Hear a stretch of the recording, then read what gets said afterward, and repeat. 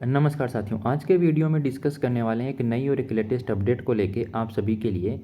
AIIMS Rajkot के द्वारा college of nursing के लिए वैकेंसी निकाली गई है। वैकेंसी परमानेंट है, कोई कॉन्ट्रेक्चुअल वैकेंसी नहीं है। इसके अलावा आपको बता दें कि ऑनलाइन ही आपको अप्लाई करना है। अब डिटेल बाय डिटेल अपन डिस्कस करने वाले हैं कि कितनी किस चीज़ की पोस्ट यहाँ पर निकाली गई हैं। तो सबसे पहले बात करें, प्रिंसिपल के लिए 1 पोस्ट है जो कि जनरल के लिए रिजर्व है, मतलब सभी कैंडिडेट अप्लाई कर सकते हैं SC ST OBC के। एसोसिएट प्रोफेसर जो कि नर्सिंग में होते हैं उनके लिए 2 वैकेंसी हैं, जनरल के निकाली गई है, मतलब सभी कैंडिडेट अप्लाई कर सकते हैं। असिस्टेंट जो प्रोफेसर होते हैं जिनको अपन लेक्चरर के नाम से भी जानते हैं, 3 वैकेंसी निकाली गई हैं, सभी कैंडिडेट के लिए ओपन है। ट्यूटर और जो क्लिनिकल जो इंस्ट्रक्टर होते हैं उनके लिए 8 वैकेंसी रिजर्व रखी गई हैं। जनरल के लिए 5 हैं, सभी कैंडिडेट अप्लाई कर सकते हैं। OBC के लिए 2, SC के लिए 1 है। ST और जो EWS कैंडिडेट हैं वो यहाँ पर जनरल पर दावा खेल सकते हैं। चलिए अब यहाँ पर आपको बता देते हैं कि जो कट ऑफ डेट जो आपकी रखी गई है, जो आपके एक्सपीरियंस के लिए भी है और जो आपके ऑनलाइन अप्लाई करने के लिए भी है, वो 30 डेज रखी गई है जिस दिन इसका नोटिफिकेशन रिलीज हो चुका है।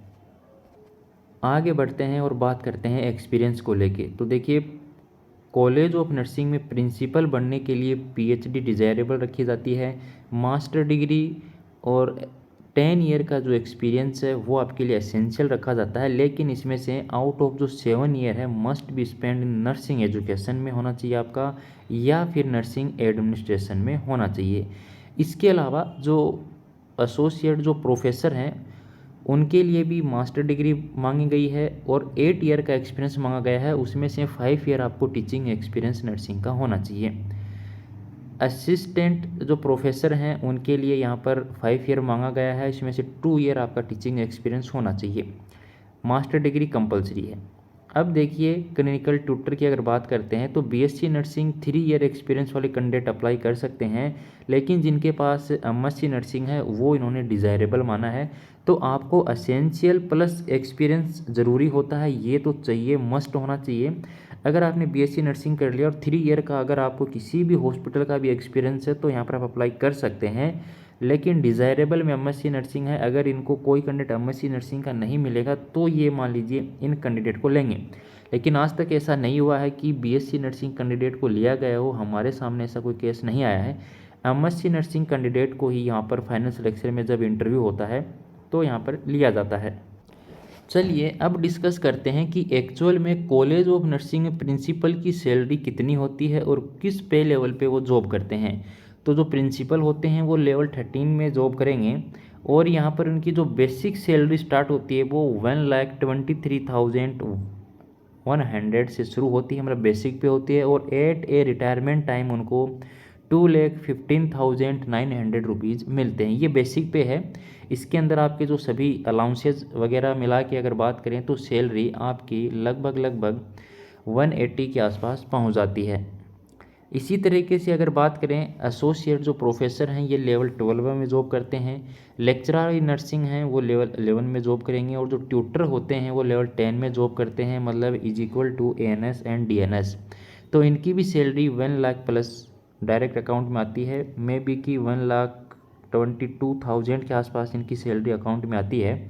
अलग अलग एम्स में अलग अलग हो सकता है, क्योंकि जो आपका HRA वगैरह होता है वो थोड़ा इफेक्ट करता है सैलरी को।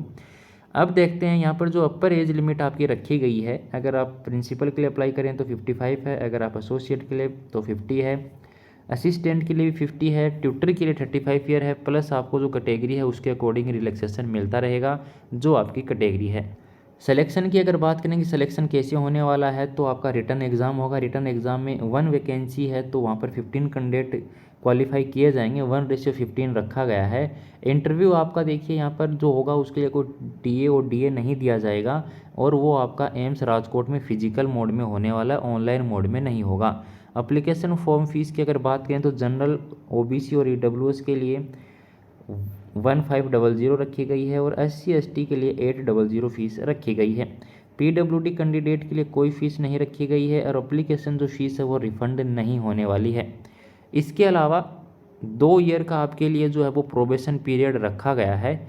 तो 2 साल आपको प्रोबेशन पीरियड में रहना पड़ता है, चाहे आप एज ए नर्सिंग ऑफिसर हैं, चाहे आप असिस्टेंट प्रोफेसर हैं, चाहे आप ट्यूटर हैं। सभी के लिए 2 ईयर का जो यहाँ पर वो कंपलसरी होता है जब भी आप पहली बार जॉब में जाते हैं। इसके अलावा यहाँ पर जो अकोमोडेशन है वो बता रहे हैं कि एफ़र्ट लगाया जाएगा, लेकिन हमें नहीं लगता कि मिलेगा, क्योंकि शायद ही मिलता है, ट्यूटर को बाहर ही रहते हैं, हमने भी देखा है। लेकिन मिल जाता है, 1 साल के अंदर अंदर ही मिल जाता है। अगर नहीं मिलेगा तो आपको एचआरए मिलेगा, प्रिंसिपल मैम जो सर जो होंगे उनको तो मिलेगा, उनको तो मिलता ही है, असिस्टेंट एसोसिएट दोनों को मिलता है। लेकिन ट्यूटर के लिए थोड़ा सा होता है कि थोड़ा सा वेट करवाते हैं, हालांकि मिल जाता है। तो चलिए, वीडियो को शेयर, चैनल को सब्सक्राइब करने के लिए धन्यवाद।